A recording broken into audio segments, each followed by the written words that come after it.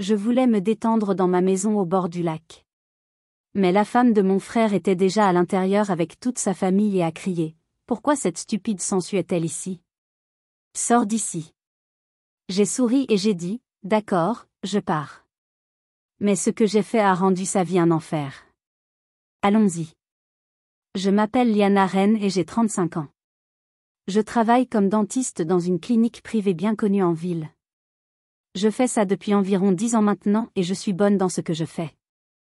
Je ne suis pas juste une dentiste ordinaire, cependant. Parfois, quand mon patron, le directeur de la clinique, ne peut pas être là, je le remplace. Je gère toutes les tâches administratives, je traite avec les fournisseurs, je gère l'emploi du temps du personnel, tout ce paperasse ennuyeux que personne ne veut faire. Ces 2 derniers mois, j'avais fait exactement ça. Mon patron avait de sérieux problèmes à la maison avec sa femme, et il avait besoin de temps libre. Donc, j'étais là à traiter les patients toute la journée et puis à rester tard pour faire aussi son travail. J'étais épuisée. Mon dos me faisait mal à force de me pencher sur les patients. Mes yeux étaient fatigués à force de regarder des dents et des papiers, et j'avais juste besoin d'une pause. J'ai cette maison au bord du lac à environ 40 minutes de mon appartement. Je l'ai achetée il y a 3 ans avec l'argent que j'avais économisé. Ce n'est rien de fancy, juste une petite cabane près de l'eau, mais c'est à moi. J'adore y aller pour vider ma tête. J'y vais habituellement 2 ou 3 fois par mois quand j'ai besoin de m'éloigner du bruit de la ville et du stress. L'endroit est paisible. On peut entendre l'eau, voir les arbres, et il n'y a personne qui vous embête avec des urgences dentaires ou des problèmes de personnel. Je ne suis pas la seule à l'utiliser, cependant. J'ai donné un jeu de clés à mes parents pour qu'ils puissent y aller quand ils veulent. Ils sont à la retraite maintenant et aiment passer des week-ends là-bas parfois. Mon petit frère, Evan, a aussi accès. Il s'est marié il y a 2 ans avec cette femme nommée Taran, et ils vont à ma maison au bord du lac parfois, aussi. Je dois vous parler de Taran. Elle a 28 ans et dès le moment où je l'ai rencontrée, je savais qu'elle était un problème. Elle agit comme si elle était meilleure que tout le monde. Elle se promène le nez en l'air, parle de haut aux gens, et traite mon frère comme s'il était son serviteur. J'ai essayé d'être gentille avec elle au début parce qu'Evan semblait heureux, mais elle a rendu ça vraiment difficile. Chaque fois que nous parlions, elle faisait un commentaire sur comment je travaillais trop ou comment je devrais m'habiller mieux ou comme c'était triste que je n'ai pas encore de mari. Vraiment doux, hein? Mais Evan l'aimait, alors je gardais ma bouche fermée. Je les ai laissés utiliser ma maison au bord du lac parce que je me disais tant pis. Elle reste vide la plupart du temps de toute façon. Pourquoi ne pas laisser mon frère en profiter? Ce vendredi-là, j'ai enfin fini de remplacer mon patron. Il revenait lundi, ce qui signifiait que je pouvais enfin prendre un week-end libre pour la première fois en 2 mois. J'ai décidé d'aller à la maison au bord du lac et de ne rien faire. Dormir tard, lire un livre, m'asseoir près de l'eau, manger de la junk food. Après le travail, je me suis arrêtée au supermarché. J'ai pris des trucs pour le week-end. Pâtes, sauces, salade, du poulet, du pain, du fromage, une bouteille de vin, du chocolat. J'ai aussi pris du shampoing et du gel douche parce que j'avais épuisé ça la dernière fois que j'y étais. J'ai chargé tout dans ma voiture et j'ai commencé à conduire. La route était agréable. C'était environ 19 heures et le soleil se couchait. J'avais les fenêtres baissées et je commençais déjà à me sentir mieux. Je pensais à comment je me verserais du vin, ferais le dîner, et me détendrais simplement sur la terrasse. Mais quand je me suis approchée de la maison, j'ai vu quelque chose d'étrange. Il y avait des lumières allumées à l'intérieur. Des lumières vives comme si toutes les lampes du coin étaient allumées. Et il y avait des voitures dans le petit parking à côté de la maison. 3 voitures. J'ai reconnu la berline argentée d'Evan tout de suite, mais les 2 autres je ne les connaissais pas. J'ai garé et je suis restée là 1 seconde, confuse. Evan n'avait pas mentionné qu'il serait là. Personne ne m'avait dit quoi que ce soit. Je suis sortie de la voiture et je me suis approchée de la porte. J'entendais de la musique jouer à l'intérieur. De la musique forte, le genre qu'on met à une fête. J'ai frappé à la porte. Rien. J'ai frappé plus fort. Toujours rien. Il ne pouvait pas m'entendre à cause de la musique. J'ai sorti mes clés et j'ai déverrouillé la porte. Je l'ai poussé et je suis entrée. L'odeur m'a frappé en premier. Alcool et parfum mélangés ensemble. Puis je les ai vus. Il y avait peut-être 10 personnes dans mon salon. Taran était là debout près de la cuisine avec un verre à la main. Ses parents étaient assis sur mon canapé. Il y avait d'autres personnes que je ne reconnaissais pas. Probablement ses tantes et oncles ou cousins ou quelque chose. Des bouteilles de bière vide et de vin étaient partout sur la table basse. Quelqu'un avait ouvert mes fenêtres et il y avait de la musique qui hurlait d'une enceinte que je ne possédais même pas. Quand je suis entrée, quelqu'un m'a remarqué et a éteint la musique. Tout le monde s'est tourné pour me regarder. J'attendais qu'ils aient l'air embarrassés ou désolés, comme des gens normaux le seraient s'ils se faisaient prendre à utiliser la maison de quelqu'un d'autre sans demander, mais non, ils avaient juste l'air agacés comme si c'était moi qui interrompais quelque chose que je ne devrais pas. Le visage de Taran était rouge. Elle était définitivement pompette, peut-être même saoule. Elle a mis les mains sur les hanches et a dit « Qu'est-ce que tu fais ici ?» Je l'ai juste fixé une seconde. Je n'arrivais pas à croire ce que j'entendais. « Qu'est-ce que je fais ici ?» dis-je, c'est ma maison, Taran. « Qu'est-ce que tu fais ici ?» Elle a ri. Puis elle a dit « Nous avons une clé, donc nous pouvons venir ici quand nous voulons et nous détendre. » J'ai regardé autour de moi tous. Ses parents ne disaient rien. Les autres parents regardaient juste, attendant de voir ce qui se passerait. Je suis venu ici pour me détendre ce week-end, dis-je, essayant de rester calme. Donc, vous tous devez finir votre fête ce soir et rentrer chez vous. Vous auriez dû voir leur visage. Ils ont tous commencé à parler en même temps, disant des choses comme « Tu es sérieuse ?» Et nous venons juste d'arriver. Taran était la plus bruyante. Elle s'est tournée vers les autres et a dit « Pourquoi cette stupide sangsue est elle-même ici ?»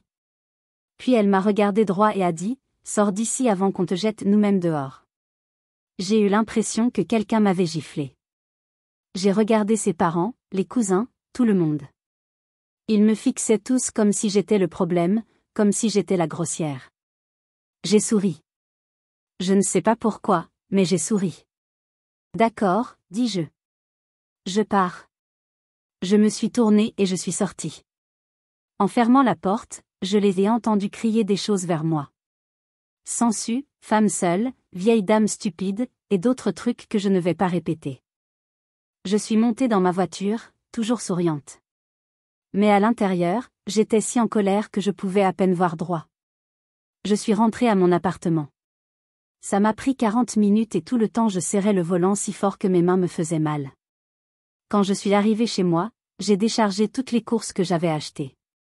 J'ai rangé tout. Puis je me suis assise à ma table de cuisine. Je me suis fait une tasse de thé à la menthe et je suis juste restée là à penser. Quand Evan a épousé Taran il y a 2 ans, c'est moi qui ai payé pour la plupart de leur mariage. Ce n'était pas un petit mariage non plus.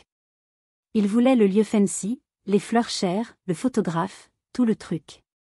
Evan et mes parents sont venus me voir et m'ont demandé si je pouvais aider. Ils ont dit qu'Evan n'avait pas assez d'économies et que mes parents ne pouvaient pas se le permettre avec leurs revenus de retraite, alors j'ai écrit un chèque de 21 000 $. Taran a juste dit que c'était gentil et est passé à autre chose. Puis il y avait l'appartement. Il y a environ 1 an, Evan a commencé à avoir des problèmes au travail. Il travaillait en vente et son entreprise coupait les commissions. Il ne gagnait plus autant d'argent qu'avant. Pendant ce temps, Taran ne travaillait pas du tout. Elle disait à tout le monde qu'elle n'était pas faite pour travailler, qu'elle était destinée à être une épouse et à profiter de la vie, peu importe ce que ça veut dire.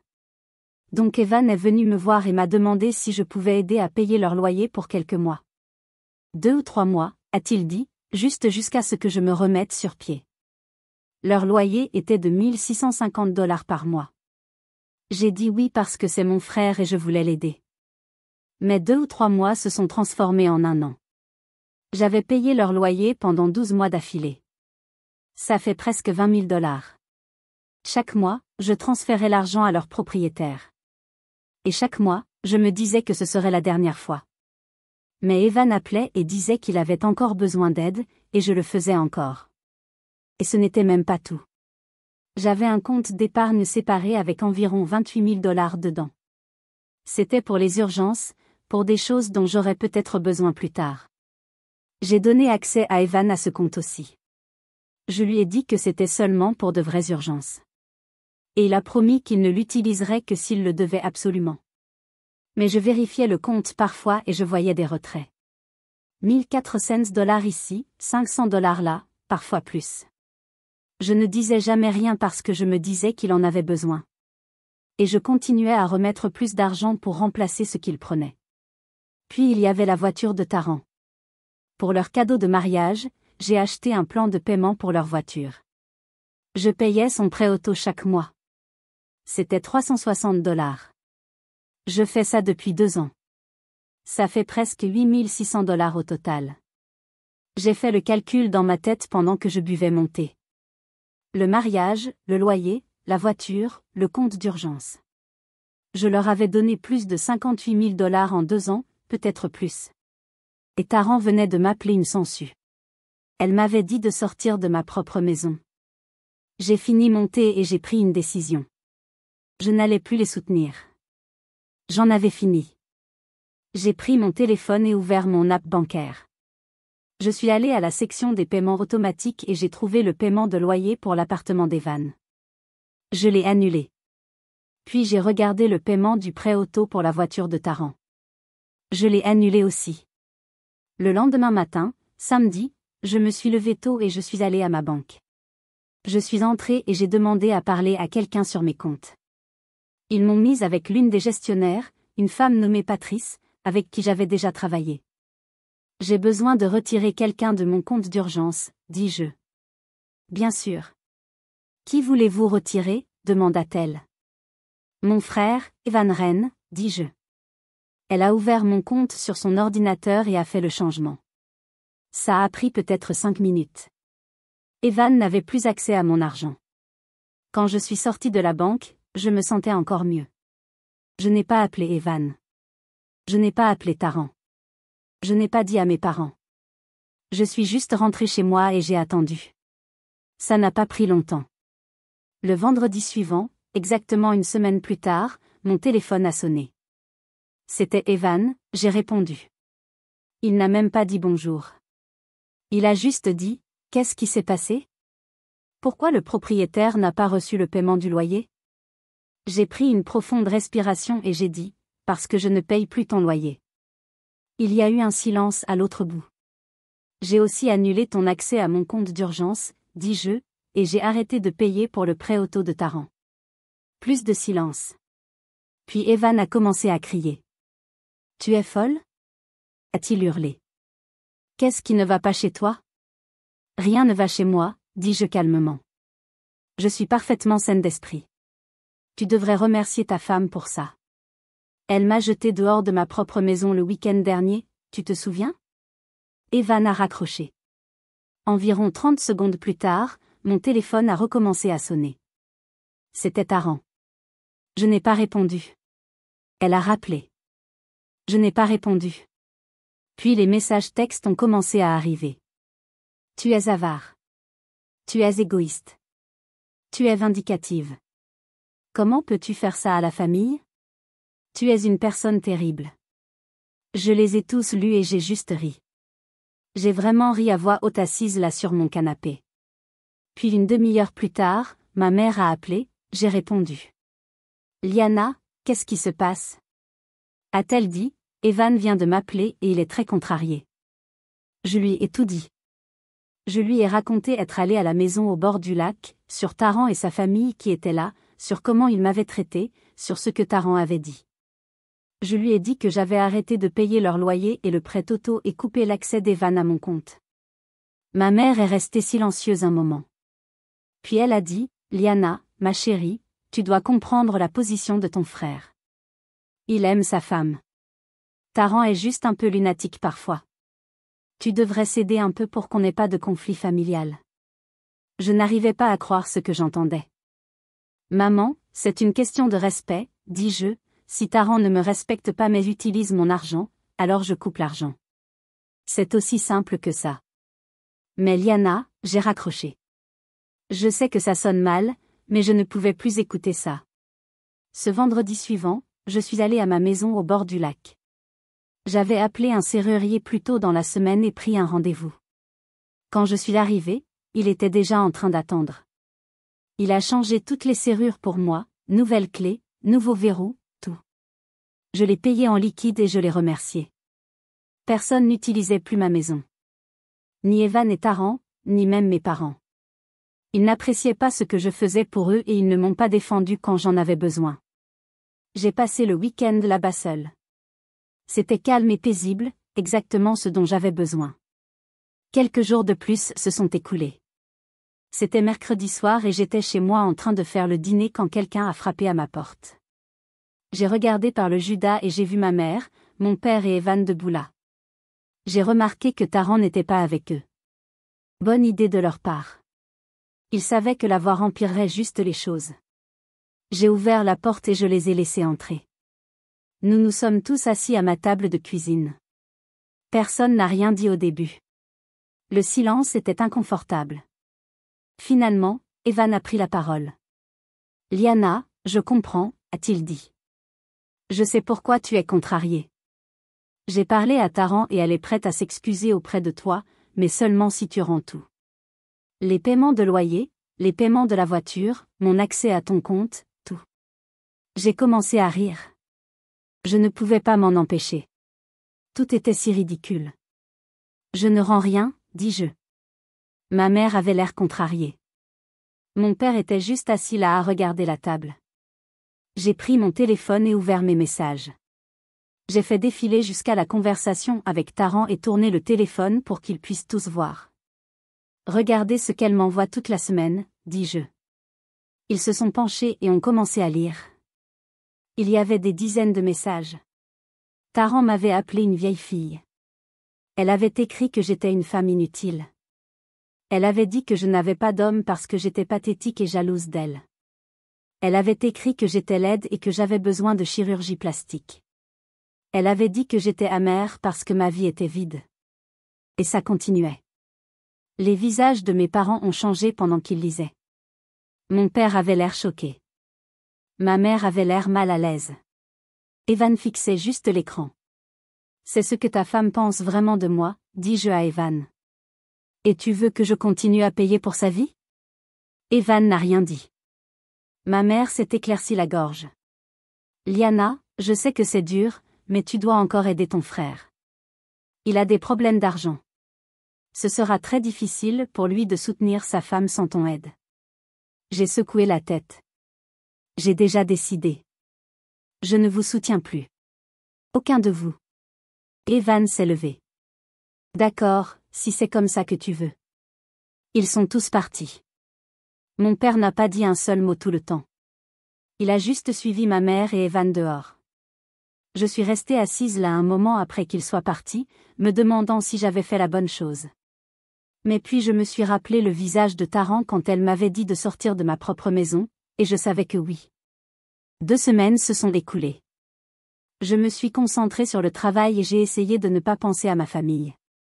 Puis ma mère m'a appelée un après-midi. « Liana, je pensais que tu devrais savoir », a-t-elle dit. Le propriétaire a expulsé Evan et Taran de leur appartement. Ils emménagent chez nous. D'accord, dis-je. Merci de me le dire. J'ai raccroché. Je me suis sentie un peu mal pour mes parents, mais ils avaient fait leur choix. 2 mois se sont écoulés.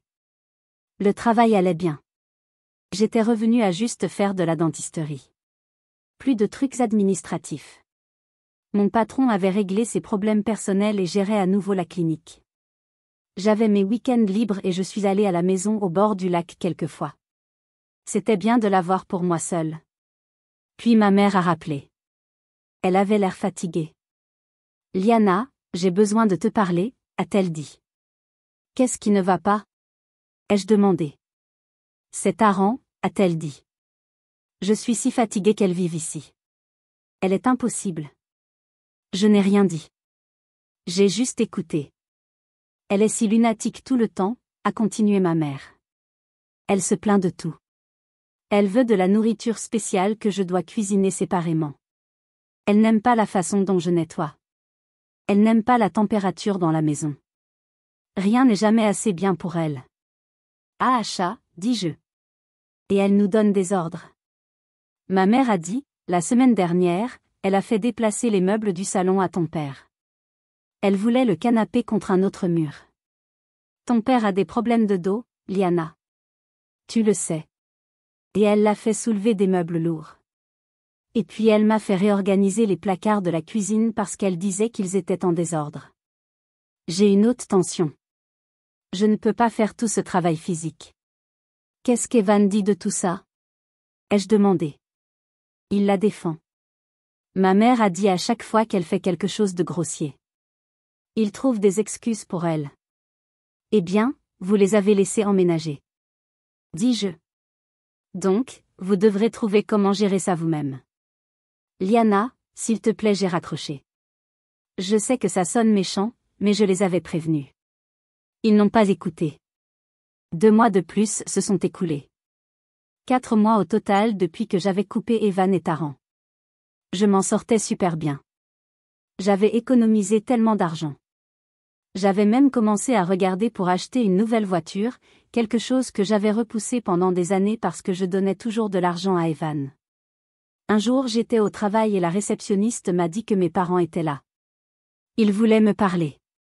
J'étais entre 2 patients alors j'ai pris une pause et je les ai rencontrés dans un café en bas de la rue.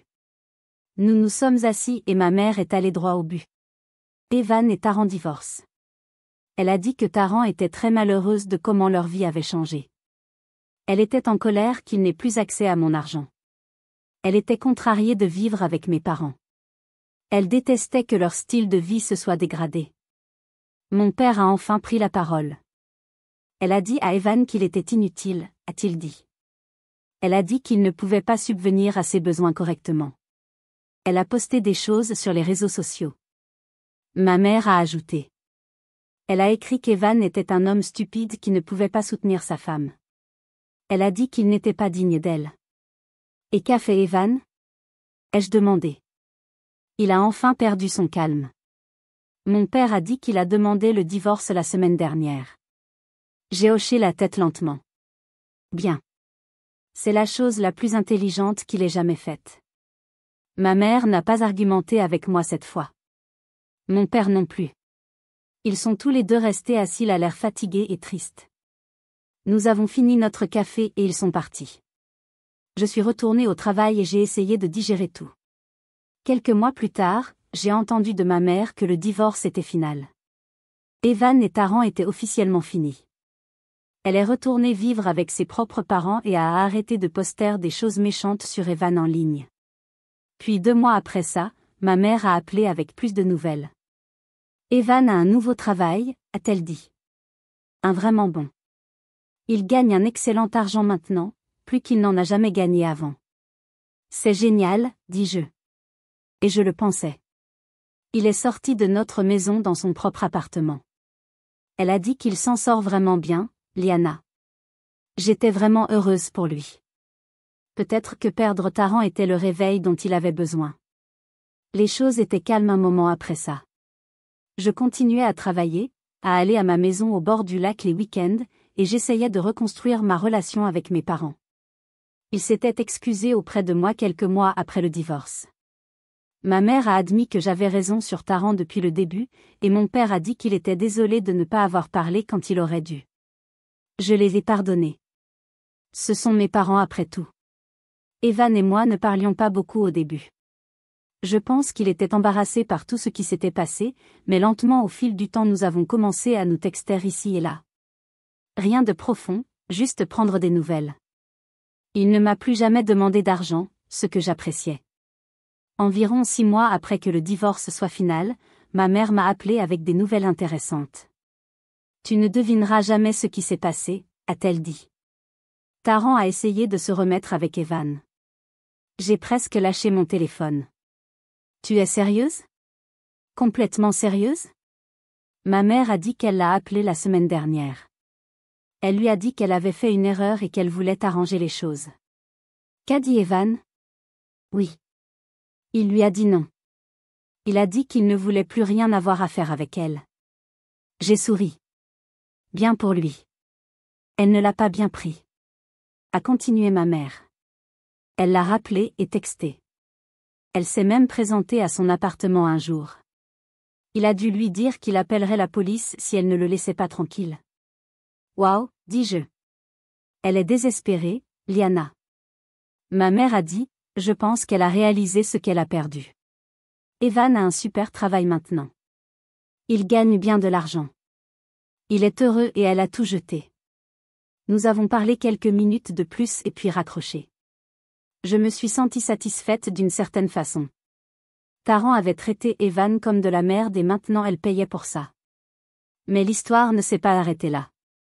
Une semaine plus tard, j'étais chez moi en train de regarder la télé quand mon téléphone a sonné. Je ne reconnaissais pas le numéro, mais j'ai répondu quand même. Allô, a dit Liana. C'est Taran. J'ai presque raccroché tout de suite, mais j'étais curieuse de ce qu'elle voulait. Qu'est-ce que tu veux? Taran a demandé. J'ai besoin de ton aide, a-t-elle dit. S'il te plaît, Liana. Je sais que j'ai été horrible avec toi. Je sais que j'ai dit des choses terribles, mais j'ai besoin que tu m'aides à me remettre avec Evan. Il ne m'écoute pas. Peut-être si tu lui parles. J'ai commencé à rire. Je ne pouvais pas m'en empêcher. Tu m'appelles pour demander de l'aide pour te remettre avec mon frère. Dis-je après tout ce que tu as fait. J'ai fait des erreurs, a-t-elle dit. Je le sais maintenant, mais Evan et moi appartenons ensemble. Nous étions bien ensemble. Non, vous ne l'étiez pas, dis-je, tu l'as traité comme de la merde. Tu n'as pas travaillé. Tu as dépensé son argent et mon argent. Tu m'as insulté dans ma propre maison. Tu m'as traité de nom. Tu as posté des choses horribles sur Evan en ligne. Et maintenant tu veux que je t'aide. Liana, s'il te plaît, laisse-moi te rappeler quelque chose. Dis-je, tu m'as appelé une sangsue. Tu m'as dit de sortir de ma propre maison. Tu m'as envoyé des messages m'appelant une vieille fille, une femme inutile. Tu as dit que j'avais besoin de chirurgie plastique. Tu as dit que j'étais pathétique et jalouse. Tu te souviens de tout ça? Elle était silencieuse. Tu ne mérites pas un homme comme mon frère. Dis-je, tu ne mérites personne qui va te traiter bien parce que tu ne sais pas traiter les autres bien. Evan est mieux sans toi et il le sait. Tu es juste amère parce que tu es seule, a-t-elle dit. Sa voix avait changé. Elle avait l'air en colère maintenant. Peut-être que je suis seule, dis-je. Mais je préfère être seule que d'être avec quelqu'un qui me traite comme tu as traité Evan et comme tu m'as traité. J'ai raccroché. C'était la dernière fois que j'ai parlé directement à Taran. Mais j'ai entendu parler d'elle de ma mère au cours des prochains mois. Apparemment, Taran a commencé à sortir avec un nouveau gars assez vite après qu'Evan ait refusé de la reprendre. Ma mère m'a dit son nom était Derek ou Darien, quelque chose comme ça. Elle a dit qu'il était une mauvaise nouvelle. Il boit beaucoup, a dit ma mère. Et j'ai entendu de la mère de Taran qu'il se drogue aussi. Elle est très contrariée par les choix de Taran. Eh bien, Taran a fait son lit, dis-je. Maintenant elle doit y dormir. Ma mère a été d'accord. Quelques mois de plus se sont écoulés. Je suis tombée sur Evan à la maison de nos parents un dimanche. Nous étions tous les deux là pour le dîner. C'était la première fois que nous nous asseyions vraiment et parlions depuis longtemps. Comment vas-tu, lui ai-je demandé. Je vais bien, a-t-il dit. Vraiment bien. En fait, le travail est super. J'ai été promue le mois dernier. Je gagne plus d'argent que je n'aurais jamais pensé. C'est incroyable, dis-je. Et je sors avec quelqu'un de nouveau, a-t-il dit. Elle s'appelle Amira. Elle est prof. Elle est vraiment gentille. Je suis heureuse pour toi. Dis-je, et je le pensais. Evan m'a regardé une seconde, puis a dit, Liana, j'ai besoin de dire quelque chose. Désolée. Je suis désolée pour tout. Pour avoir laissé Taran te traiter comme ça. Pour avoir pris ton argent et ne pas l'apprécier. Pour ne pas t'avoir défendu quand je aurais dû. Tu avais raison sur tout. Et j'étais un idiot. J'ai senti des larmes me monter aux yeux, mais je les ai clignées en arrière. Je te pardonne, dis-je. Il m'a serré dans ses bras et nous allions bien après ça. Quant à Taran, la dernière chose que j'ai entendue c'est qu'elle était toujours avec ce gars Derek ou Darien, celui qui boit et se drogue. Ma mère m'a dit qu'elle avait l'air terrible la dernière fois que quelqu'un l'a vue. Elle avait pris du poids, ses cheveux étaient en désordre, et elle avait juste l'air malheureuse. Une partie de moi se sentait mal pour elle. Mais surtout, je pensais qu'elle avait eu exactement ce qu'elle méritait. Elle pensait qu'elle était trop bien pour tout le monde. Elle pensait qu'elle pouvait traiter les gens comme elle voulait et qu'il n'y aurait pas de conséquences. Elle avait tort. Et moi, je m'en sors super bien. Je travaille toujours comme dentiste. Je vais toujours à ma maison au bord du lac les week-ends. J'ai commencé à sortir avec quelqu'un aussi. En fait, il s'appelle Mika, et il est prof à la même école où travaille la copine d'Evan, Amira. Ils nous ont présentés. J'ai économisé tellement d'argent depuis que j'ai arrêté de soutenir Evan et Taran. J'ai acheté cette nouvelle voiture que je voulais. Je pense à faire un voyage en Europe l'année prochaine. Ma relation avec mes parents est bonne à nouveau. Ma relation avec Evan est meilleure qu'elle ne l'a été depuis des années. J'ai appris quelque chose de tout ça. J'ai appris que être généreuse est bien, mais laisser les gens profiter de toi n'est pas. J'ai appris que la famille est importante, mais le respect est plus important. Et j'ai appris que parfois il faut couper les gens pour protéger.